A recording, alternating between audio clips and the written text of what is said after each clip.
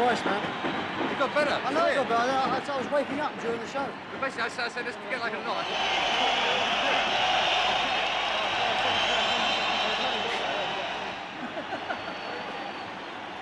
30 seconds till the lights come on. Singing audience. Huh? You're not a singing audience. You don't care. What? You don't care what I sound like. Like me, I said they're not a singing audience. They can't sing.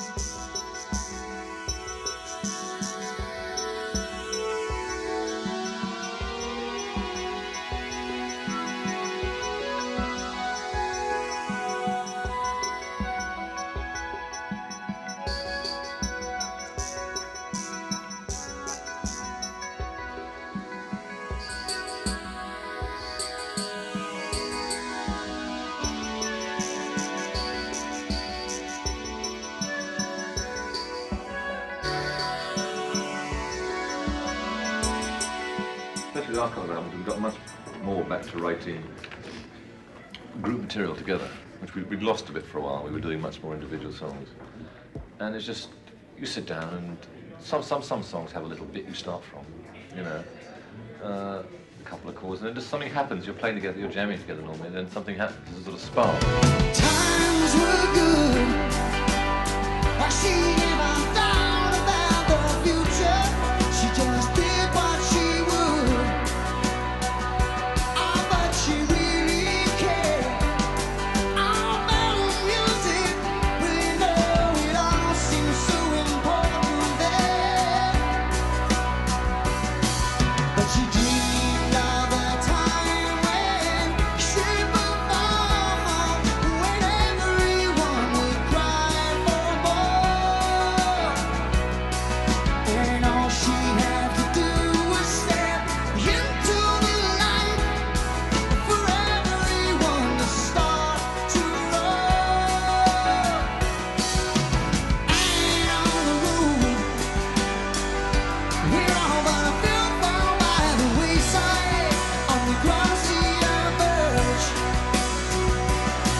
She battled through against the others in her world, and the street and the odds. Now every time that she performed, when everyone would cry for more. Soon all she had to do was step into the light for everyone to start to roll. And all the children cried, "You're the one we waited for." It's little things, you know. Tony refuses to have his bags carried for him. You know, he hates using a porter. Doesn't like using limos. I mean, places like this, it's inevitable. It's the only way you can really do it. And they're each in their own little way. They have little things like that, which I think keeps them sane. It keeps them in touch. The time it went by when things were so easy. Now all of you are not feeling so strong. Yes, times were hard. There was too much thinking about the future and what people might want. Then there was the time when she performed, when nobody cried for more. And every single time she stepped into the lights, they rarely let her know so. But she dreamed of a time when she sang a song, and everyone would cry for more. When all she had to do was step into the light for everyone to start to roll. And all the children cried, "You're the one we waited for."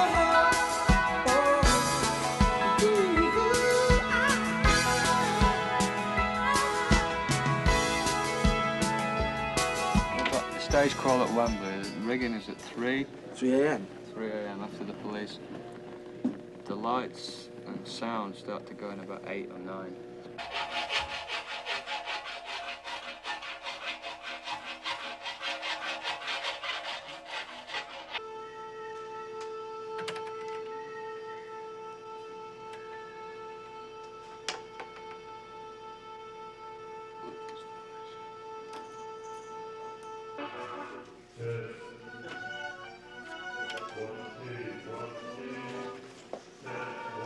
Stay where you are, Lord.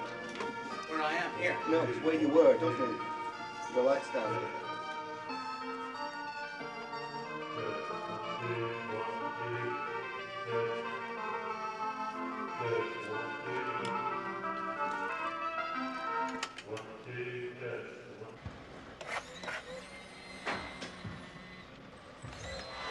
Stand by 2, 3, 5, and 6 in blackout. Stand by 4 to bump into the keyboards in white.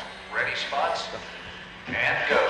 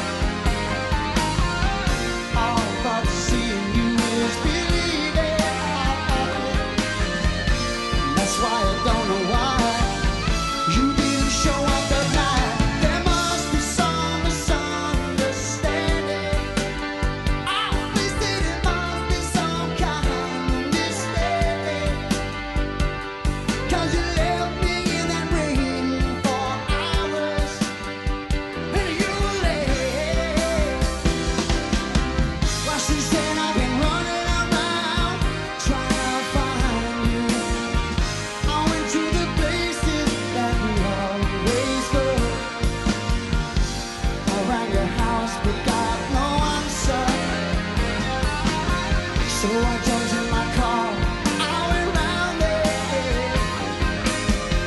I still don't believe it.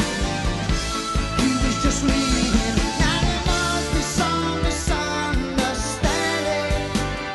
Obviously there must be some kind of mistake. Oh no, there must be some misunderstanding. You know there must be some kind of mistake.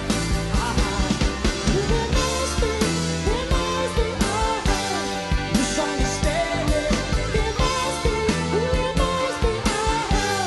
misunderstanding. Oh, there must be, no, misunderstanding. Oh, there must be, no,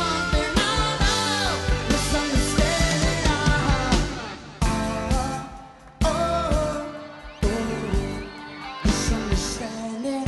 Misunderstanding. Oh, it must be, oh, some kind of misunderstanding. Oh, you know there must be some misunderstanding. You know there must be some misunderstanding. You know there must be some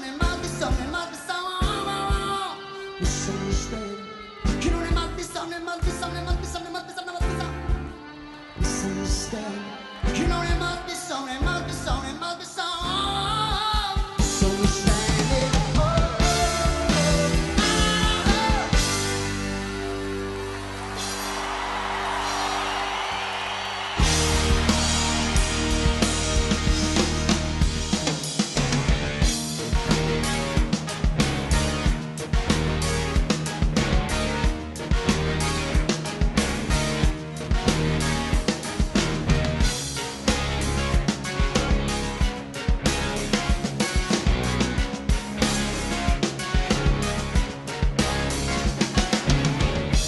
To be, to fly, Dodo would leave, so Dodo must die. Cargo with fear on inside. You can't change the tide. Dark fated, agitated, keeps asking questions, says he wants to know why. All there ain't no reason that money can't buy. Oh, Minky pretty, so Minky must die. Must die. Must die.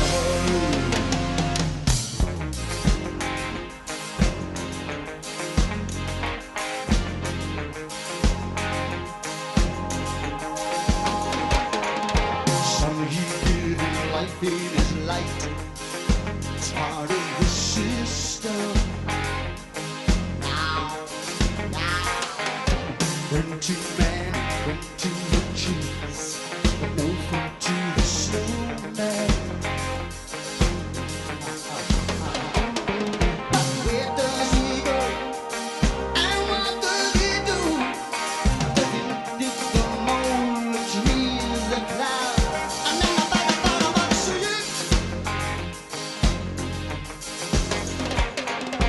Fishy got a hook in his throat. Fishy got problem. But where does he go? And what does he do? Does he think he's too small, too poor and poor? Will the bee go back in the sea? How back in the sea?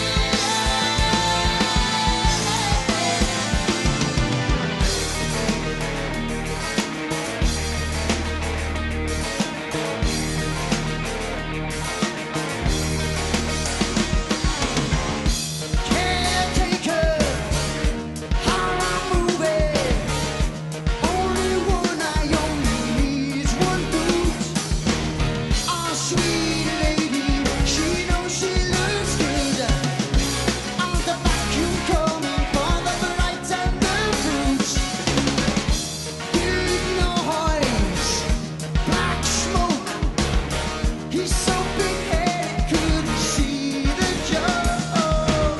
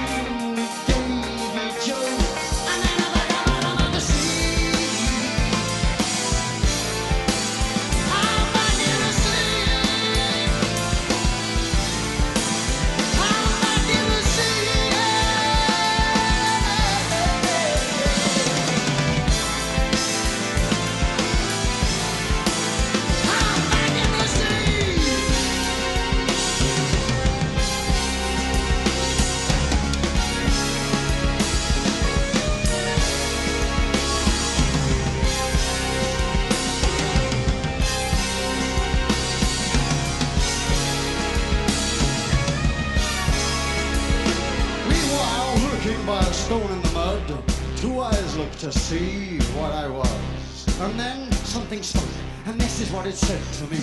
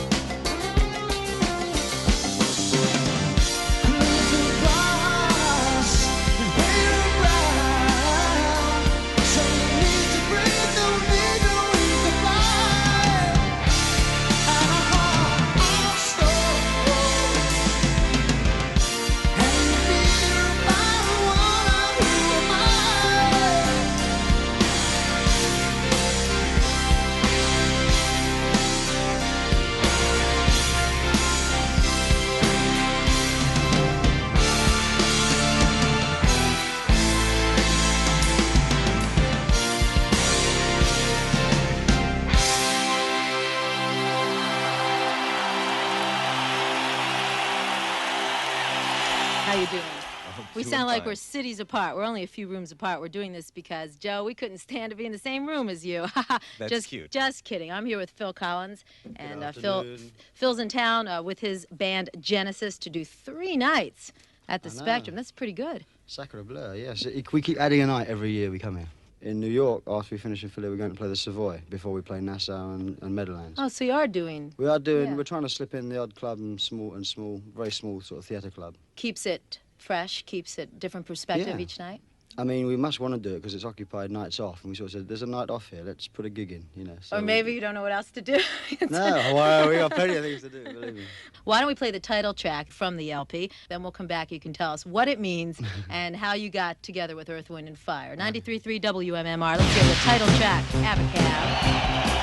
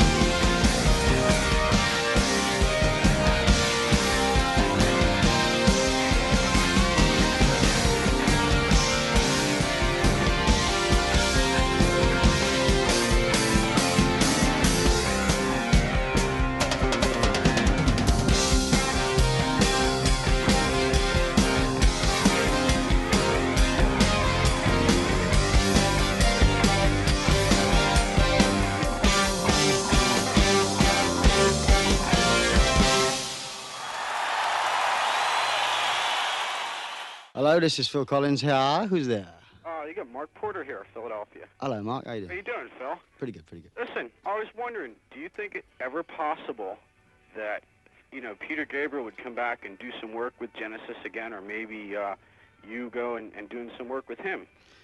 Well, I've done some work with him. I mean, I played on his last record, on the third one. Okay. And also before that, when he didn't have a group, because his American group was proving too expensive to keep on as a full-time band, he didn't have a group, so I volunteered my my drums, and John Giblin played bass, and Joe Partridge played guitar. We basically got a group together to play the stuff that was eventually to appear on his last album. And we did some gigs in England. We did a festival and 2 or 3 other dates, and it was very good fun. I mean, I love Peter's music, and we all stay in touch with him. As far as him coming back to the band, I think that's very unlikely. But I mean, it's not because of the bad feeling. It's just because we're never in the same place at the same time, and he's got too much music to write, and we've all got too much music to play too. So. Fantastic. Okay, listen, your new album's fantastic. Oh, love every bit of it. Glad you love it. And I'll see you at the show tonight. Okay. Going to be there. Thanks, Mark. Bye-bye. Leg. Bye-bye. Bye-bye.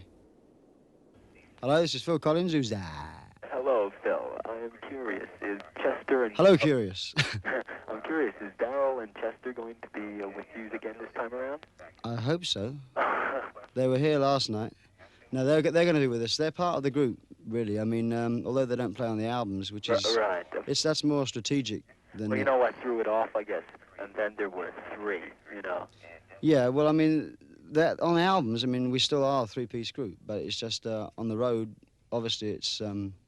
I see. I have a suggestion for a Thanksgiving song. Oh, you do? Oh, what's that? Over the fields and through the woods, to grandmother's house we go. You ever heard that one? No, but if you want to come along and you can sing it. Over the hills and through the woods. Yeah, that sounds like the beginning of a porno movie. Not really. But... No, okay, I know. We'll edit it. Over the hills and through the woods. Well, I'll check up on the words and music, and if the other people in the audience might know it, then we'll do it. And one more question: are you a football fan? English football or American football? American. American. I don't understand the rules, man. Ice hockey is more my line. I see. Do you play? No, but I mean, I can understand it easier. There's less people on the pitch. I see. Well, good luck, and I hope to see you tonight down there. I hope so too. Okay. Hope you enjoy it. Bye-bye. Bye-bye. Hello, Phil Collins here. Who's there? Oh, Phil Collins? Wow. I just wanted to know, this is Rich Cates. Hi, Rich. And I wanted to know, we all know how you made your solo album and everything, and we want to know, what effects does that have on the, on Genesis? Are you thinking of going out on a solo career or what? Well,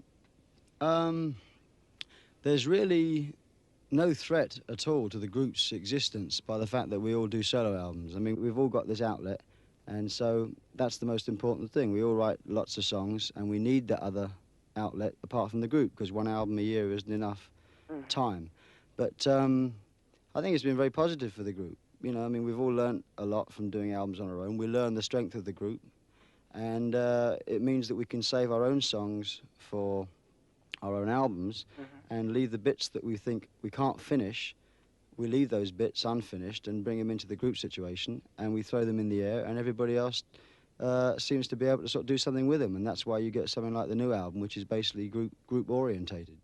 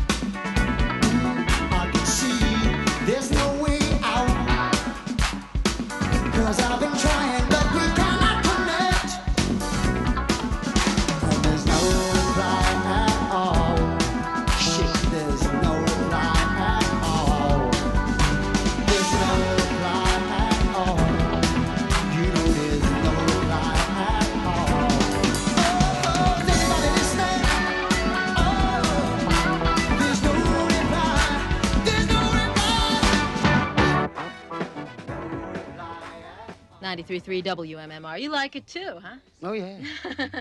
I thought it was. It's my favorite fast one. Why don't you put your pictures on the albums? Well, we did on the inside sleeve this time. Yeah, That's the but first time ever. why? We've always had this idea that we look the same as everybody else. And so, therefore, you know, you try and put out an image on an album. But the girls want to see. Well, the girls have to buy the album and open it up. This time. Okay, okay. What are you going to do Thanksgiving? Don't you guys have a Thanksgiving We thing? don't have those.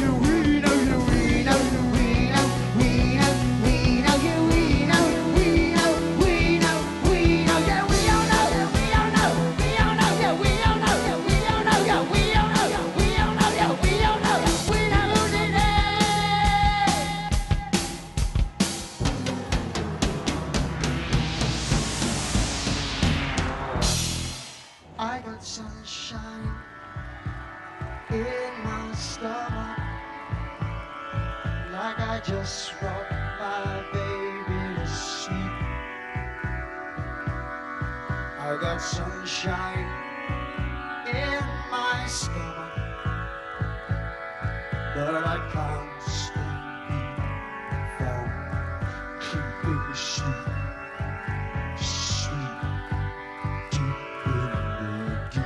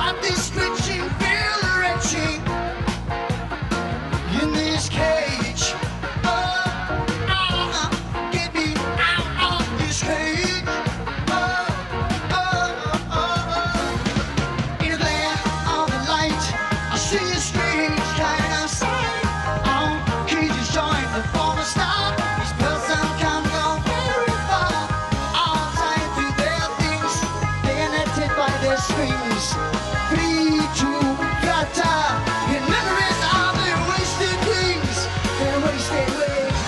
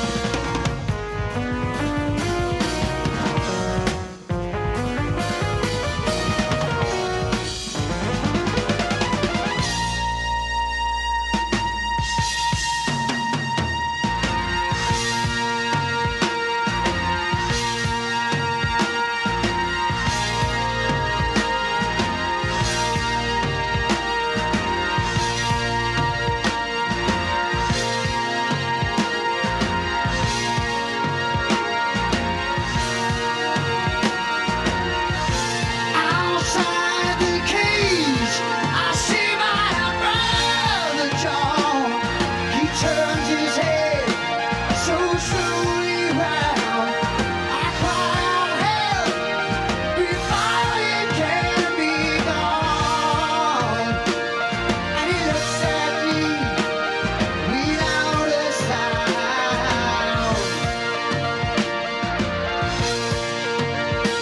I shout, I don't think of it, but he does not even want to try to scream. I'm helpless in my violent rage. I silent tear of blood trickles down his cheek, and I watch him turn again in the cave. I will run away.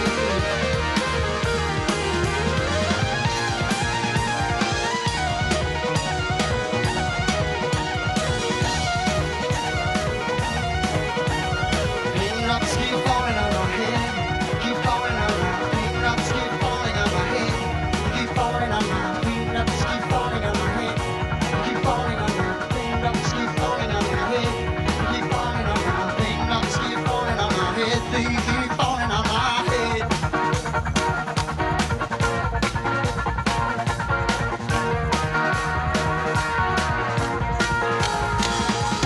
Ear trap, feel the strap, feels the feel. Press the key and that sauce is not a bad I'll make it in this kitchen. Straight jacket, just like 22nd Street. They've got me by my neck and feet. Precious beauty, can't take more. My headache's sharp, my earache's full. With this pain, oh, get me out of this pain. Oh, oh. If I could turn to liquid, I could feel the cracks of know that I am solid, and I am outside junk disappears, this cage dissolves.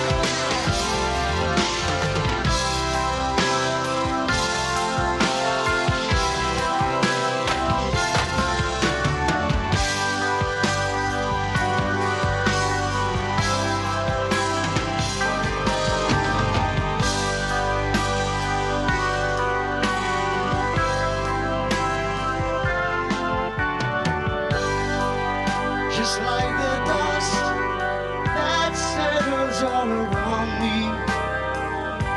Well, I must find in you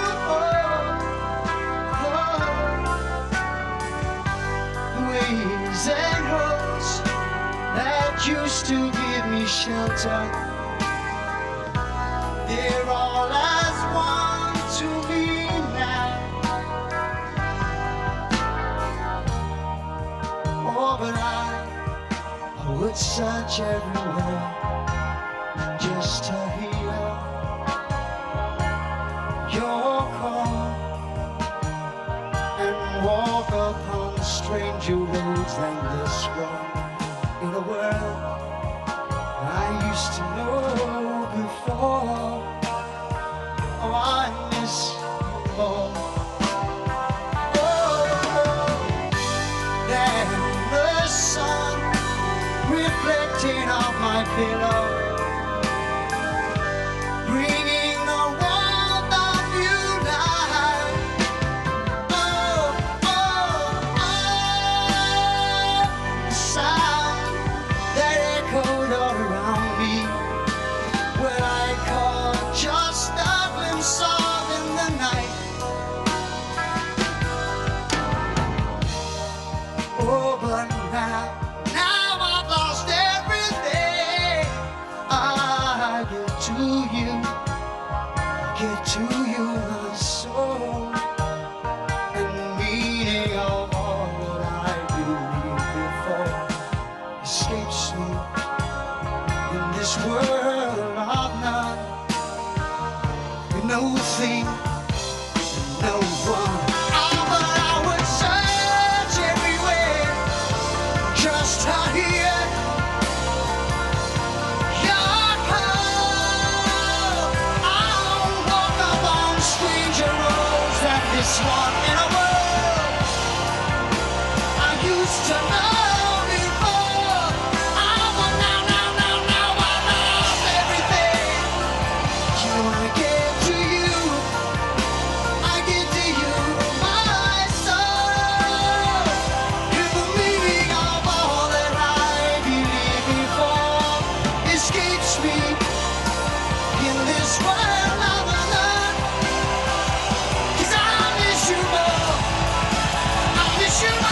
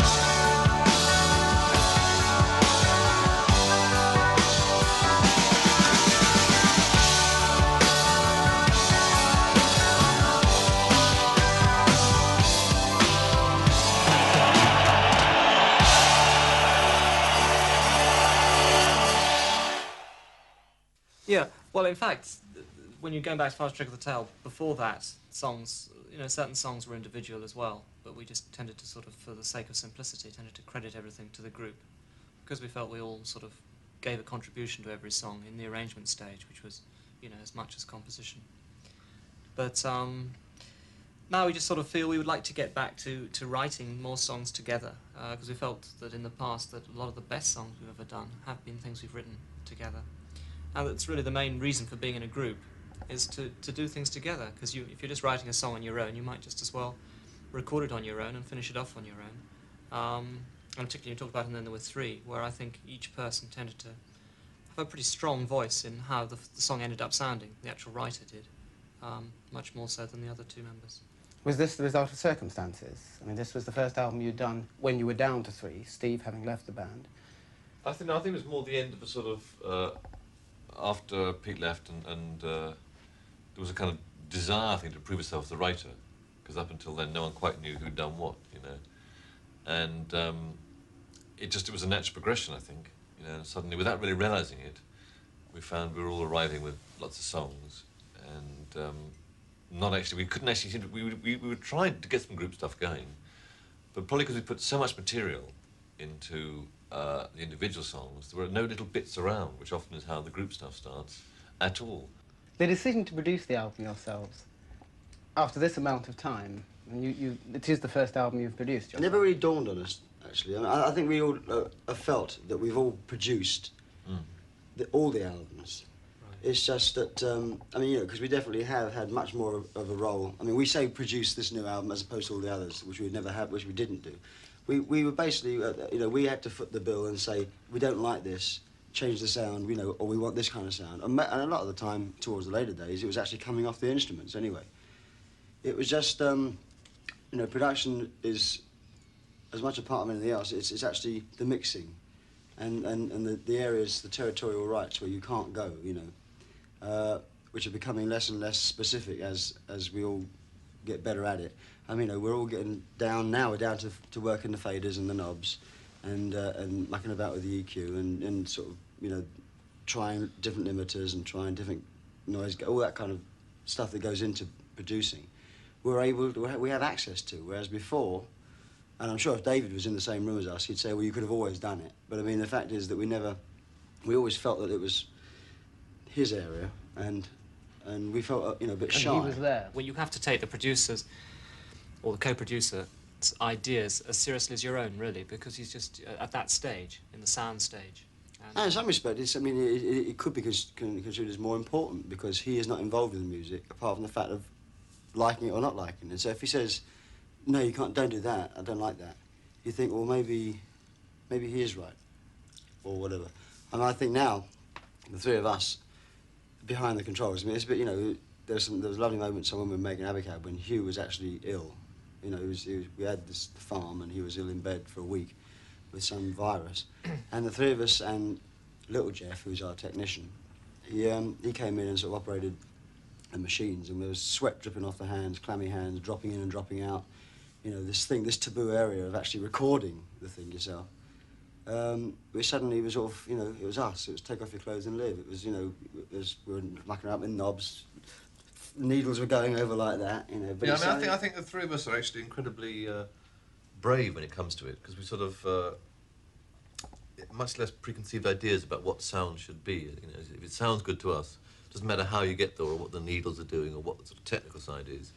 And it would never have been possible to get to that stage with Dave, I think, because he was probably almost too conscientious of what his job was, you know. Yes. Certainly, there's a much less preconceived notion of what Genesis sound like on the new album. Yeah. We've always sounded like that. The thing is that this album sounds a lot more like we've sounded in the rehearsal room, which has always been like that for many years. And we've managed to catch, I think, on this album for the first time, really. It's a bit less gloss, you know, a bit more emotion. Yes. The fires are burning. In another land. But don't start counting. No, don't start counting.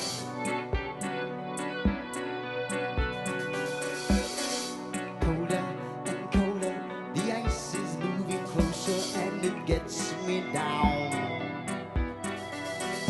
Going round and round and down the same old track with a pack on my back. I'm going swiftly nowhere, a heart in my ear, beating like a drum. Where will you go?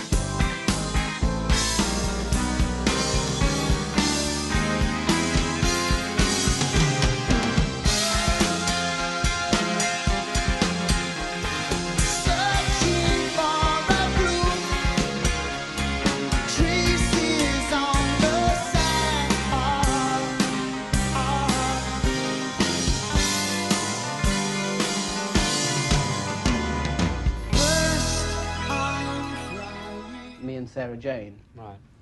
There's, you wrote that with a drum rhythm, didn't you? Drum box. Well, I've done that on quite a few songs of mine, actually, over the years. This is the first time that it's actually gone on a record with a drum box on it.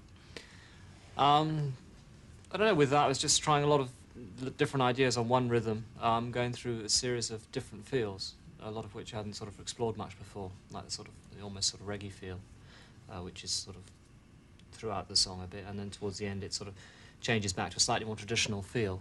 But I quite like the idea of swapping between the different rhythms, keeping that one drum rhythm going. And but originally I didn't sort of feel very strongly about having the song as one thing like that, you know, going through a series of about, what, 8, 9, 10 bits. I mean, I was quite happy to take some bits out of isolation and make a song out of them, but the way the rest of the album was going was very much into songs with one mood in them. Like Abacab tends to stick pretty much in one mood, for example, you know. And so I thought it'd be a nice idea, I think we all did really, in a way, to keep this song going through a series of moods, because it would sort of contrast a little bit with the rest of the album. And it would, you know, it would just be, definitely would stand out for that reason. And I think it works, the idea. I think the advent, actually, of the drum box in our writing is has been a very positive thing. I mean, like, we all write with drum boxes just purely because if you have a drum box, if you have a rhythm going, you don't play so much. I mean, in the old days, you know, we used to rehearse. I mean, there's 3 walls of sound. There was his wall of sound, there was Tony's wall of sound, there was Steve's wall of sound. We get into a studio and there was no room for the sound, you know. There was me thrashing away as well, and Peter's thick voice. I mean, so now it's like, if you tend to write with the drum box, you leave the spaces because there is a rhythm going. Also, I think it helps you change the mix in the past. Without the drum box, you'd often, well, it's a sort of, we've changed as writers, sort of matured, I think, 'cause we used to stop and start an awful lot in the early days. And yet, if you've got a drum box going, you can actually do that, but the song seems to flow very often more. Yeah. I'm not saying it can't work, but sometimes I think it didn't work because we were almost too busy. But the drum box helps you to do that because you can play against it, get the same effect. But it's like the Beatles used to do that, actually. Some of their songs used to do all sorts of weird things, the chords and lines above it, but the drums would kind of plough on. Old Ringo would sort of plough on regardless through it, you know, no one told him. That song, Abacab, actually reveals a lot about the new Genesis, I find, just in terms of... Well, simplicity, I think. I mean, not that is the new Genesis, but I mean, it's a very typical example of a tune that was, you know, sprung from nowhere, really, just out of playing in a rehearsal room. Also, you've got to capture the feeling, because in the past, you know, very often, just the song was arranged technically in such a way that if everyone played the right notes, the song sounded quite good. Whereas now, a lot of songs on Abacab are a lot simpler and rely much more on feel. Unless you capture that, you've got nothing. A good example was Keep It Dark. I mean, it actually sounded good in the rehearsal room, but we got in the studio, and there isn't very much on there. I mean, you know, there's the drum track, and Tony's playing the bass part with his left hand.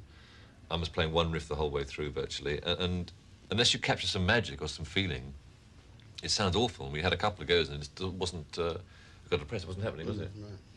And then suddenly we got it one day, you know, we managed to capture it. And that's actually something we never really did in the past, you see, because of time. I mean, one gets into a situation where you have studios. You book yourself into a studio, and because we were recording in Sweden or recording in Holland, you get 12 days, you do the backing track, you get the best version you do of that day, the backing track, and that becomes the track, that becomes the definitive version of the song. Now we've got our own place, it's, you know, there is no definitive version, really. There is lots of versions of which suddenly, one day, we'll all agree on that is the one. You know, and the same with the mixes, as opposed to spending all day on the mix, you know, going through the whole song. You've heard it so many times, you don't even know what you want it to sound like in the end. It gets to a point where, you know, you lose a bit of, you know, you spent so much time on it, you have to come out with a product at the end of the day. You have to say that is the mix of the song. And this time, we went the other way. We just did lots and lots of mixes of the songs. I see it as a very fresh new thing. I'm very excited by it. Yes, there's certainly, you can hear I seem to be the only one. But You love it enough to leave it. Oh, just like that little man there on the corner. What he's waiting for, I don't know. Oh, but he waits every day now, waiting for something to show. Oh, who's the lonely man there on the corner?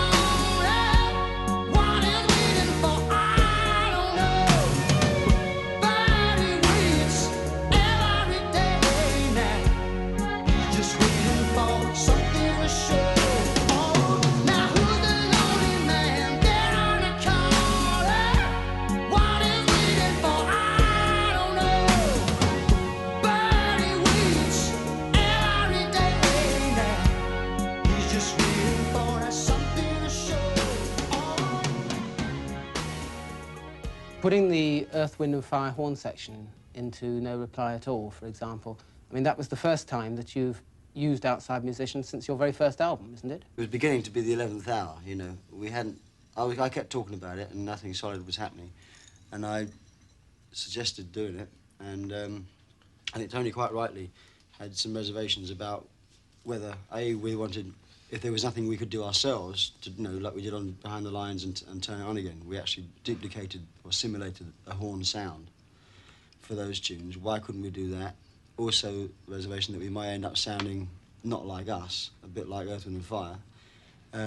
So rather than bring them all over there, I think Mike picked up a bit on the energy. And so we, you know, I put me money where my mouth was, in a way, and sort of we arranged a studio, got the guys, went over to Los Angeles and put the 2 tunes on the tape and said, this is what we want you to do. And their arranger, Tom Tom, went away, came back with it on paper. And we all sat round and they recorded it, and we changed a few things that we didn't like, you know, or didn't fit, or we thought could be better. But, you know, it was one of those things. I think we all liked the aspect of it. It was a big move for us because it was the first time anybody else had played on our albums since Genesis to Revelation, right? That's right. It brings a new life to the Genesis trademarks as well, doesn't it? Because the trademarks are all still there if you look for them. I mean, I think No Reply is a good example of a song that has got a new sort of dimension in it with the horns, yet it still sounds very Genesis-y, which is, I think, is a good example of how other instruments it's can all work. a question of what you concentrate on in a song. I mean, everyone, you know, particularly over in the States, talk about No Reply as being nothing like anything else we've done a lot and things. But really, from my own point of view, I mean, what I'm playing there's a lot of relationship to what I played on the Song of the Lamb I on Broadway, in the sense it's the same cross-hand technique. And, you know, and I think it's really just you put the brass on and everyone thinks, it's that kind of song, right? So now we'll call it rhythm and blues or something, you know. And so it becomes that. Whereas if we hadn't put the brass on, we've maybe sort of done it a little bit differently. No one would have said that. It's just one little step towards taking people off automatic pilot, you know, because they do tend to put us in one area, and which we're not afraid to be in, but at the same time we are also in lots of other areas, you know. And you know they'd love to think of you over there and Earth, Wind and Fire over there, and you know Devo there or whatever. And in fact, there's you know we're not particularly any one particular thing, which sounds pretty aimless, but I mean we're not. You know, we're all writers. Now I can hold my hand up high and say I'm a writer too. We're all writers and sort of therefore write all different types of music really, and it's I mean I don't think it was trying to get out of that sort of the mould that people tend to put us in, and I think it's happening more nowadays anyway because we've got a younger audience who are I suppose more open to accept more things than our older audience. It's just because they don't know them as much as anything else. They don't have the preconceived ideas. The first thing a lot of our audience has heard by us in the States is misunderstanding. So they got a different preconception about the group. Okay, a lot of them probably went out and bought the album and discovered that we had, you know, more range than the one song. But nevertheless, I mean, they start off with a different kind of preconceived idea, and I think it's very important, you know, that we are able to do that and to, you know, give a different feel. Do you like that, the fact that you're getting a new audience in? Well, as long as you know, I like to go back as far as the Lamb. Yes, that doesn't. I mean, I think that's good. I think it's good. Also, hopefully, you keep some people, old people as well. I know some people who think this album is our best album since things like The Lamb in many ways, because it is a very positive album, and we seem to know. You know, I don't know. We felt very confident about this album. More confident, in my opinion. I felt more confident about this album than the last 2, definitely. And I think in a way that a fan who kind of has liked most of what we've done in the past is still going to like this because after it's our own taste. We've still got our own judgment. That's all. That's the only filter it's going through. It's going against the general trend, though, because when you've been around as a band for a decade or more, bands tend to harden, when their arteries tend to harden, if you like, as they go on. Whereas you've, as it were, broken out. We've been fortunate with these changes, you know. I mean, the changes, obviously, within the group has really made us not feel like we've been around for about 10 years, to be honest. I mean, I reckon the group... again, it's all different. I mean, we're all in this for different reasons, in a way, I guess, because we only ever find out what the other person's reasons are when we do interviews with the three of us.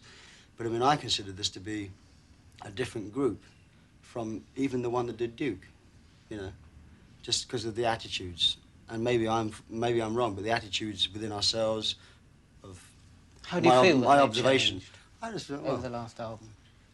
Well, I mean, obviously, just between Duke and to be honest, Abercrombie. I'm so glad the way we're doing things now. You know, with our own place, our attitudes towards each other, our attitudes towards how the music is written and recorded. We work. I mean, in the studio, I really think it's not easy to produce. Three of you produce yourselves, but it works very well. There's no sort of there are no taboo areas anymore.